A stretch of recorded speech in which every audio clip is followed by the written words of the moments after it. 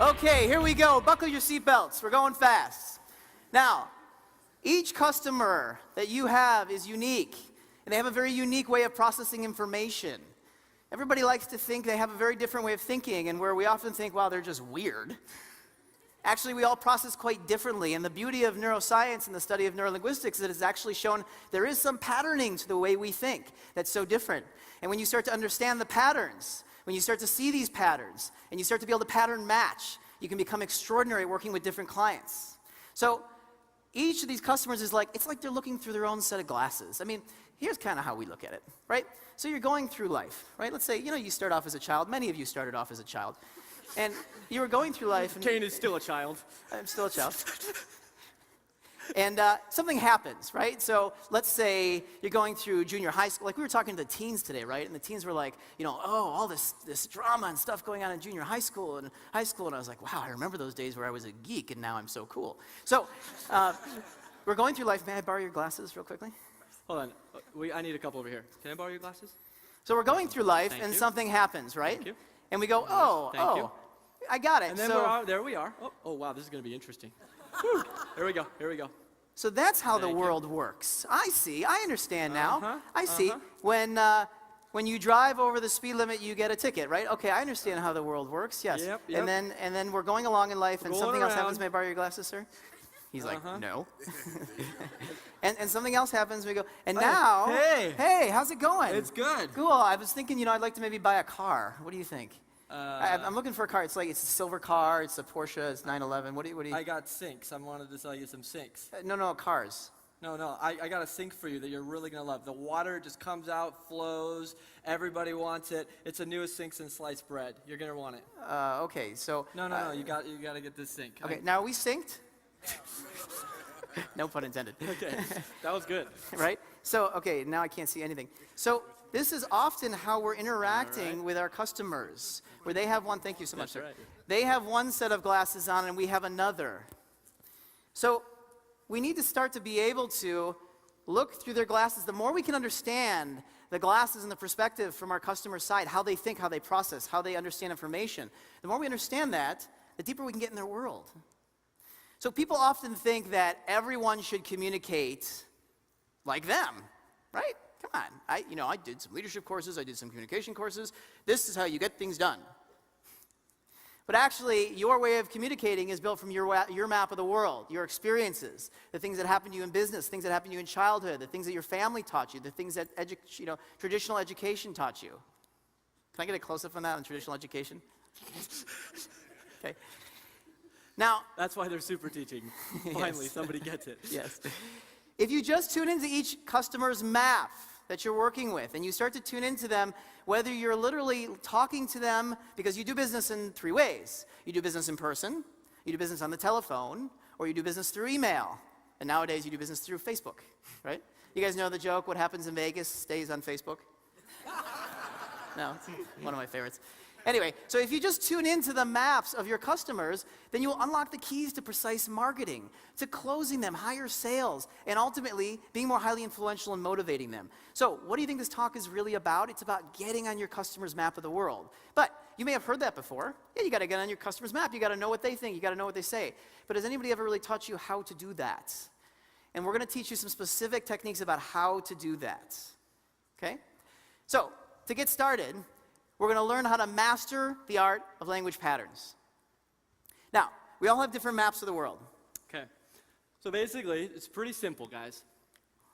There's your map and their map. And our job as being with our clients is to simply do everything we can to be on their map. If I was watching you being on their map, most likely you'd be asking lots of questions. Or when I watch most people, they're simply just stating the benefits and the features without actually having taken the time to discover what they want, what's important to them, what are their language patterns, how are they communicating, how do I communicate so that it's on their map?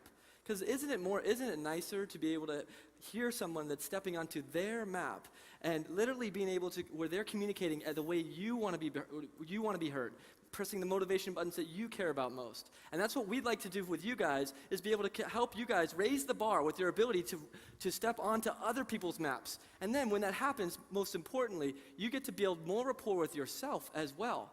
Because the more maps that you can be comfortable stepping onto, then the more comfortable you get with who you are. But you have a range of experiences inside of us.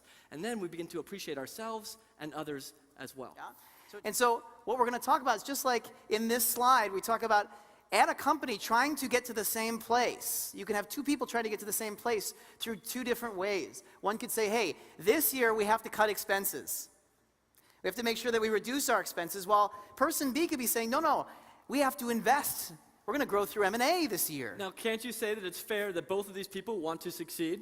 Yes. They both just want to go different directions. They're taking two different roads to try and end up in the same place. But it's fair to say that in corporations that this could cause some conflict. But they both have the same intention underlying it, communicating from different maps. Now, the way we communicate our map of the world is through our language. Everything is revealed in our language.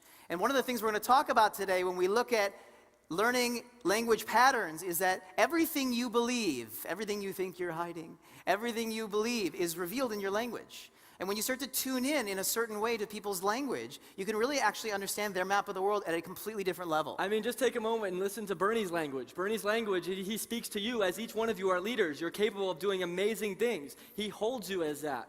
Therefore, Bernie holds a frame that he is a leader, which therefore he is. And he's bringing mass groups of people together to help them close the gap between what they want in their lives and actually having it. He has a certain frame of language that inspires people. So your language will sort out your beliefs. It will literally reveal and put on the table your beliefs about your world and how you exist in the world. It will reveal how you influence. All of it will be revealed in your language. So let's look at the average brain. I'm always amazed at your slides when you throw these in. You got some do's and don'ts, you got some donuts, you got some sleepy time. And what we know through neuroscience is that your brain is absolutely addicted to two very, very important things: safety and belonging. In fact, it's so important to us as human beings that we do everything we can to continue to stay safe and to belong. And so here's kind of how it goes. This is your brain. That was amazing. And the belief is, from neuroscience, is that the brain is primarily, in this particular context, focusing on two different functions. We have what we might call our critter brain, or our reptilian part of our brain, and that is the part of the brain that is solely focused on the quantity of your life. The question it's constantly asking all day long to everybody it meets is, am I alive? Are we still going? Am I breathing? And its question is based upon the quantity. Am I keeping you alive? This is the part of the brain that's focused on quantity. And we know that the part of the brain is doing this, and you don't even have to regulate all of it, because you're breathing without remembering. You're digesting without having to remember, right? Your heart is pumping, and the brain is totally controlling that. Now, then there's another part of your brain that is solely focused on the quality of your life. Do I like red shoes or yellow shoes? Do I like Porsche's 911s or do I like 7 Series BMWs? Do I want to live in California? Yay, where are my Californians? Yay! Or do I want to live in Chicago? Where are my Chicagoans? All right, good, we got a few. Go California! So that part of your brain is really focused on what's the quality of my life? Am I sitting in first class or not? Okay? And this part of your brain, we often think that this is the part of your brain that's really driving the bus. That's the one that's really making all the decisions all day long. But actually, we notice that when the human being gets their life sort of threatened, the quantity of their life is threatened, okay? Which does show up when you guys want to pick up the phone to sell or to market. Okay? How many of you notice the phone is just, you're about to pick it up and it just doesn't happen? There's something happening at the bottom line. There's a critter brain response going, I don't know, something could happen. Yeah, I mean, so it doesn't just show up out there when you're interacting with people, but also your telephone. Yeah, I mean, just imagine, okay? Imagine we're a wild bear escapes from the Vegas Zoo. And the first thing you notice is... And he runs all the way across the desert to get here. Yes. The first thing you notice is it's very hot. Okay? And he comes running up the pathway, up the drive to the hotel, and he bursts in, and he comes right up to the bellhop, and he goes, "Where's CEO space?" He goes down this way, he goes, "Roar!" And he starts running down the hall, and he comes, and he busts in here, and it's, "Roar!" And he gets up on his hind legs, "Ah!" And starts tearing the place apart. You're probably going to stop listening to me. I mean, some of you will honor me and, just to hang out. But most of you will get up and start running for your lives, right? Because your brain's going to go, hey, we have a quantity issue here. Okay? I don't care about the speakers in the front saying all this cool stuff. I'm going to run for my life. Okay? Now, Which would be what would you recommend doing? I know this is a very scary picture. We're going to help de-scarify this a little bit. Okay, a little less scary. Notice a little less scary to you, right? And then we're going to take it to here, which is the least scary part of anything. So the first thing to notice is that safety is a huge component for human beings. And although you're not often concerned about getting eaten by a bear in your meetings, you are starting to notice whether you are like this person or not. This is where our rapport toolbox starts to come in. Am I alike? Are we alike? Is this person like me? Do they think like me? Do they talk like me? Do they dress like me? Do they smell like me? If you're from Europe, right? Do they think this? Do they think that? Okay? So this is where we start to notice, are we alike? Now, Jeff's going to tell you the story of belonging. All right. How many of you are Animal Planet fans? Raise your hand. Okay. Come on, be proud. Come on, raise them up, my Animal Planet friends. Okay. What I've noticed in Animal Planet, there's animals, antelopes. Well, we need animals. Are we going to bring up some antelopes? We need some animals. All right. Who's willing to be some animals? Who wants to be an antelope? Come on, raise your hand if you're willing to participate in the demo. Come on up. Come on up. We need antelopes. Come on. We need antelopes. Come on, antelopes. Come on up. He's a lion. Okay, so here's how it's going to go. You guys, what I've noticed in Animal Planet is that antelopes like to be with other antelopes. So let's try that again. Antelopes like to be with other antelopes. Okay, good. So can we get some antelope action going? So the antelopes are running in the fields. All right, there we go. Yeah, keep it going. And then something other than an antelope comes in. Come on, come on. And what do they do? Hey, it's free. All right. Yes. Hey. That one's a nice one. Don't hurt that one. Okay, and that's what happens. Antelopes like to be with antelopes, and when anything different than an antelope comes in, they all run, or they have a different reaction. Let's try it again. All right, come on back, antelopes. Come on back. And this is our human brain. Our human brain operates the same way. When something different comes in, we either run. Now, some of us can't run out of our meetings, okay? But there's a part of us that does.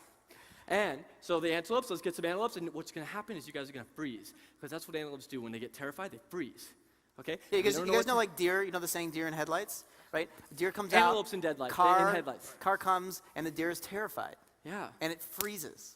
And this happens in our meetings as well, when we don't feel with the like kind. And you guys, sometimes we do this with our clients, and we don't even know it. Okay, so antelopes, you ready? You're running down the field, so let's go. Come on. All right. Antelopes are just minding their business. They're just being antelopes, just trying to make it in the world. And then lion comes in, and they freeze. And then they freeze. Yes, and then that happens. Okay, so this is what happens. Let's give these antelopes and lions a big round of applause. Thank you, everyone. You can go back to your seats now. You guys are great.